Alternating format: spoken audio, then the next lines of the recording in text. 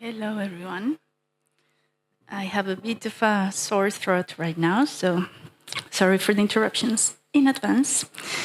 So, I am Alexandra Cárdenas. Some of you saw me yesterday live coding during the cocktail, and some of you may have seen already my piece that I have installed as part of this exhibition. So, first of all, thank you, Marie. Thank you to the whole team. For having me here. I'm very humbled and very honored to be here and speaking with you, sharing the podium with you is such a big pleasure. I am an independent researcher, and I'm an artist, I am a freelancer. So I want to share with you how a composer came up from Latin America to Europe and making music live with code. So I'm going to talk about a little bit about my story as a musician, and then we will go a bit into what is live coding. So this was my first piece in which I started composing in that year, actually. This is my first official piece as a composer. In 1997, I was 21 years old. Before, I was composing pieces for guitar, and I love to put together same instruments, like 4 guitars, 6 guitars. And I was trying to figure out why the notation that I was being taught in school was a bit limiting for me. So I discovered graphical notation because of the classes in composition. Then I got to see the work of different composers explaining their ideas with graphics. And then I thought, okay, this is my thing. I really love to have a pattern that repeats and then give the performer instructions. In this case, the big line is about speed. So they had 10 seconds. Each side was 10 seconds. So they would have a metronome and a timer, and then they would need to rehearse how to play independently from the other. So that they had to do some kind of computing that I was telling them. This is my algorithm, you have to compute it yourself. And then it was the time when I discovered the computer. And then I said, okay, this is perfect for me. I can tell the computer how to compute my ideas. And then I started learning Maximus P, and then I went into Super Collider. I am from Colombia originally, so I learned their composition. And then I moved to Mexico City, where we started programming with Super Collider, and with a community of composers and people interested in computer music. And all of a sudden, the idea of live coding arrived there. This was 13 years ago or so it was quite new. The practice of live coding as we know it today started 20 years ago. So I was one of the first generations, and definitely the first woman doing live coding in Latin America. And it was fantastic going out of the conservatory to study new things with people who are not musicians. So it really opened my mind, because in the live coding community, you get to play together with programmers and philosophers, designers, everyone who likes to make music sounds with a computer. So that was very refreshing for me to see how everybody can make music, not only people who has a diploma, who was studying for many, many years. And that freed my mind and made me reconnect again with what music means to me as a way to make things together. But I don't want to leave my past as a composer behind. So I'm a composer always, but I'm also a hacker who is inventing new systems in the computer all the time. So this piece was premiered 6 years ago or 7 in Berlin. I wrote I didn't show the score here. What you see on the screen is my score as a live coder, but she has what we could say a traditional score with little notes where I said, okay, here I'm going to make a delay on you, or an effect, or I'm going to process your signal. So she's aware of what's happening, but the screen is what the audience is seeing, is the treatment of the things that I'm doing in the computer. So briefly, what is live coding? there's not really a set in stone definition of what live coding is. We came with the live coding name as a community to separate it from the practice of other practices that programmers do live. So when, for instance, they are creating code and they want to debug it with other programmers live, well, this is an endeavor only for programmers. But we as a community decided to name it live coding, and it has more or less grouped our ideas and our philosophies of what it can be. But what I would say, live coding is, yes, a practice in which you engage with computer languages live to create a performance. It started with the music departments and universities, like electroacoustic composers, getting together with computer scientists to develop new ways to do things. It started especially with Super Collider, a platform, an environment for composing and sequencing and synthesizing sounds. The moment Super Collider was able to render sound changes in the sound automatically, that's when we started the community around saying, let's play music with this. So it's the practice, but it's also a community. So live coding is like we live since the beginning connected on the internet. We are a big network everywhere in the planet. So wherever you go, you can find a live coder. You just need to do a search on your browser, live coding in Lausanne, you will find someone. And trust that we work a lot to put the information, we keep it updated and very truthful as much as possible. So if you look at the Wikipedia article on live coding, you will have good references. But it's also a field of study. A lot has been done academically. I think I have asthma.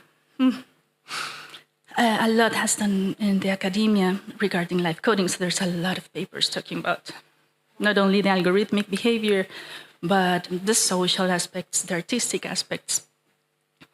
What was really engaging for me was coming out of the conservatory and the traditional academic part, where there was a lot of competition and a lot of snobism and racism. We all know these troubles of academia. But here with this community, I found thank you.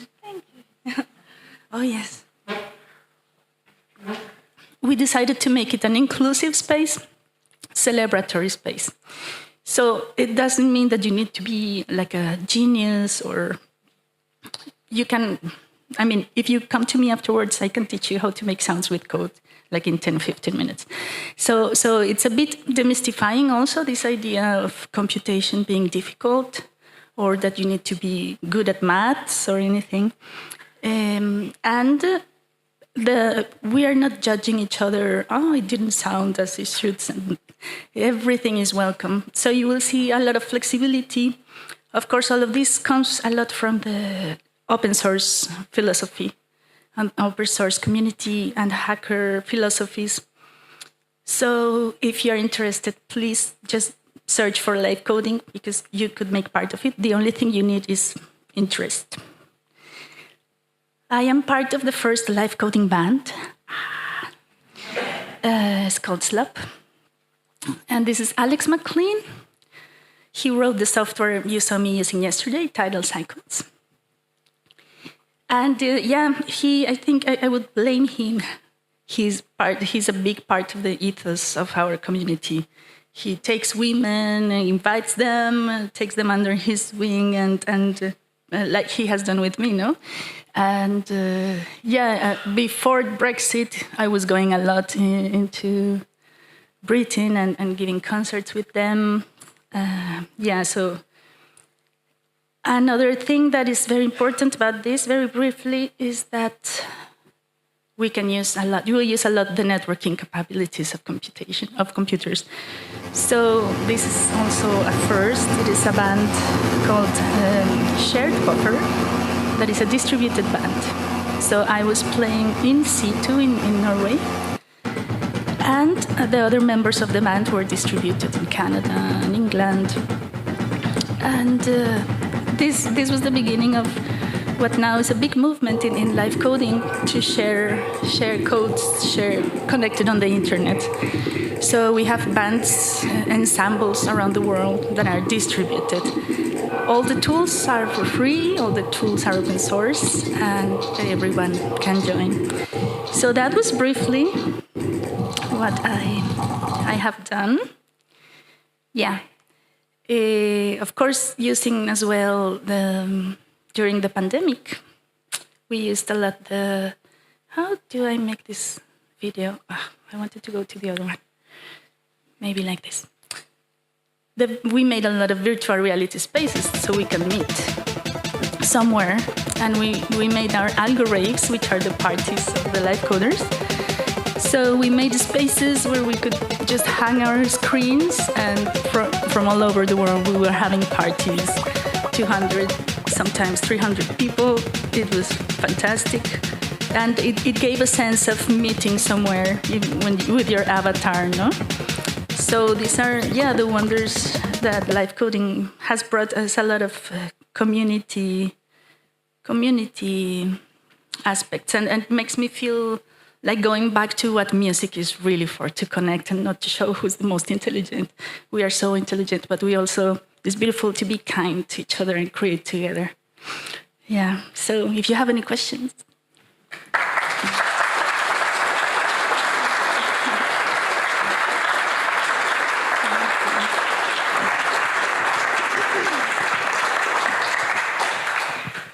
Do you have questions for Alexandra?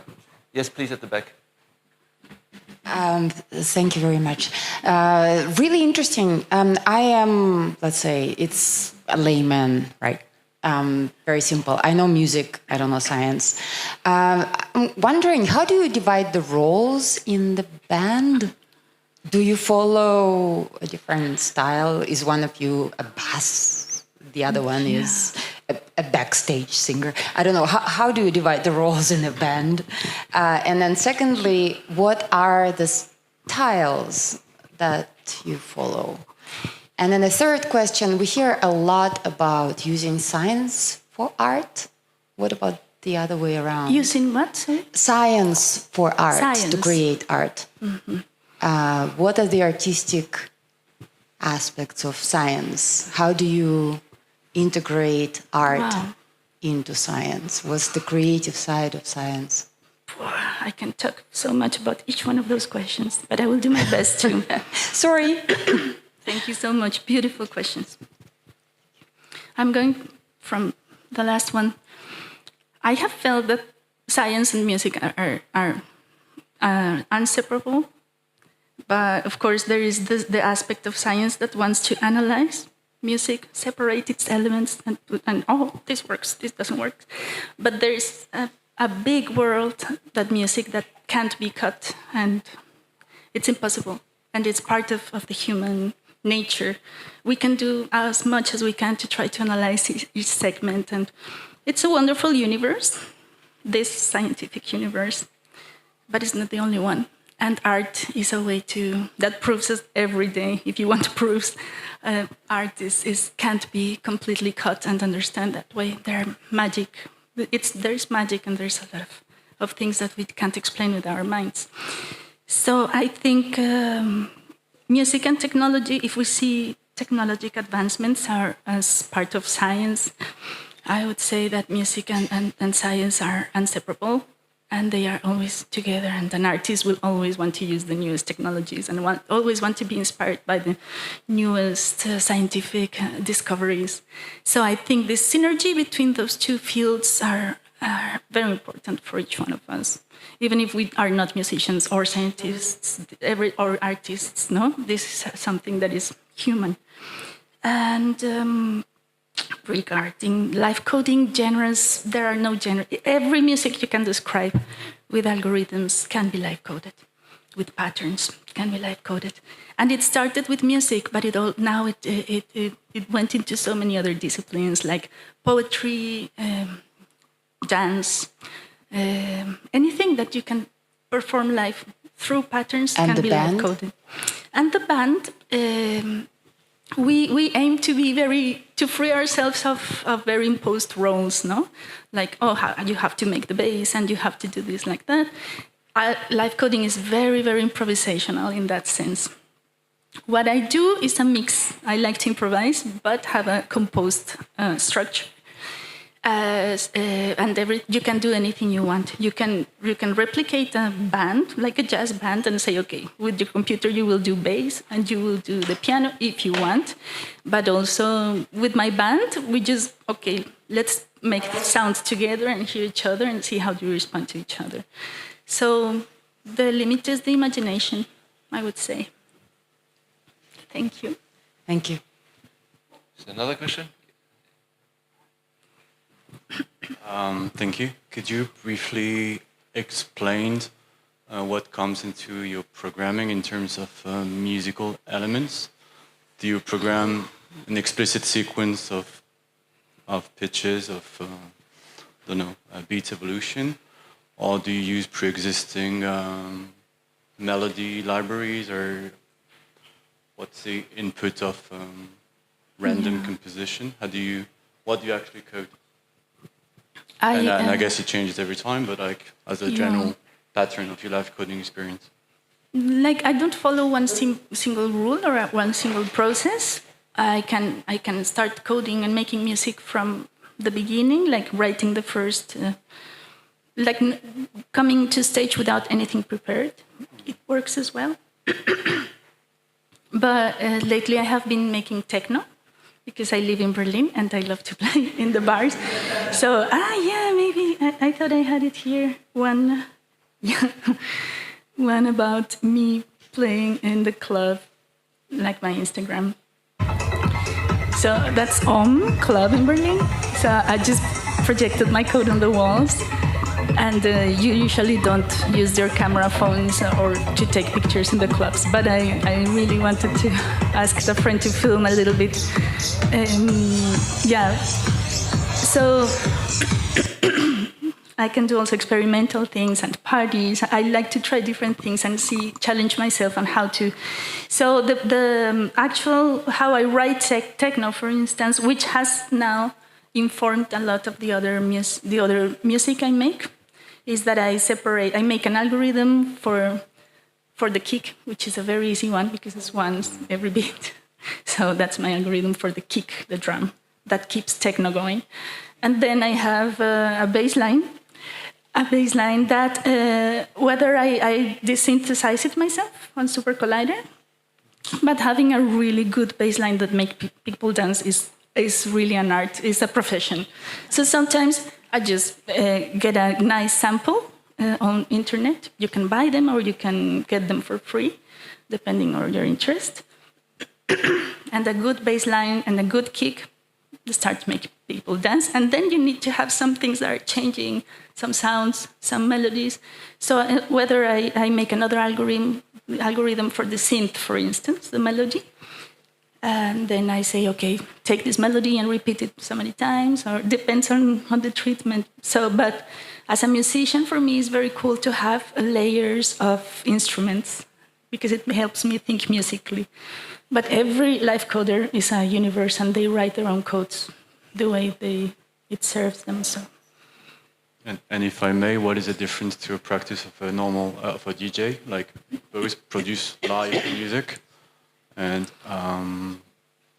my question is like, what is prepared beforehand and what is done on the spot? Like how do you dissociate yourself from like, is it DJ more manual and you more like coding, or is like other practice similar? I don't see myself as a DJ because I'm not mixing other people's music. Okay, I'm making live sets, and I do compose them first. But as a live coder, I like to improvise and change. I basically have my algorithms, but then I improvise with this instrument that I wrote, no? And but I'm considering to make a DJ set with music of other live coders. So the difference is if some producer would use Ableton Live, sorry, they would also think about, in Ableton Live you can also think about algorithms, but is a different focus when you're writing words and parentheses and commas. It's different to think about directly in the code than to think about a software that has a graphic interface that is putting cables together, or faders that are modeling of the real objects. No, here we don't have that. We have ideas, and we're maybe going more directly in. For me, at least, that's the case. That's why I found coding so interesting. I felt free from the 3D world. Like, okay, I can have my ideas, nest them as I please. So, yeah, there are differences. But of course, if you want to make people dance, who cares what you're using, no? As long as you maybe come with a drum and make people dance. Let's do one short, brief question, and then we have this the joint discussion. Yes, please. Yeah, thank you, Alexandra. It's just wonderful to hear, especially the community, all-inclusive aspect of this music. I just want to mention, because it's so easy to forget the beginnings of computer music history, but there was a live computer music band called the League of Automatic Music Composers. So maybe you know it, but you might be interested in looking at them. It was in the 70s, and then it became eventually the Hub. That was so.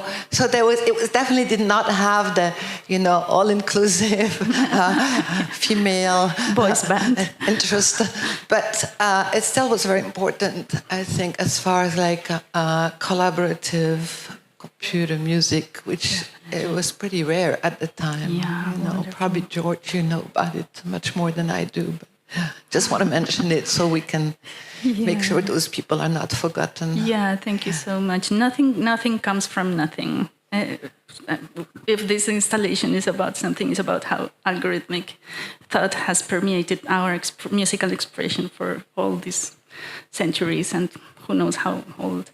But of course, the Hub has been a big influence. The difference with live coding is that all this community philosophy of sharing, transparency, knowledge should be for everyone, the tools should be for everyone. More women, more non-white male people, please come. So there is this idea of let's bring back music. It's a way to free it. For me, it has worked amazingly in these 15 years, and I hope it does for many more years. Thank you. Thank you very much.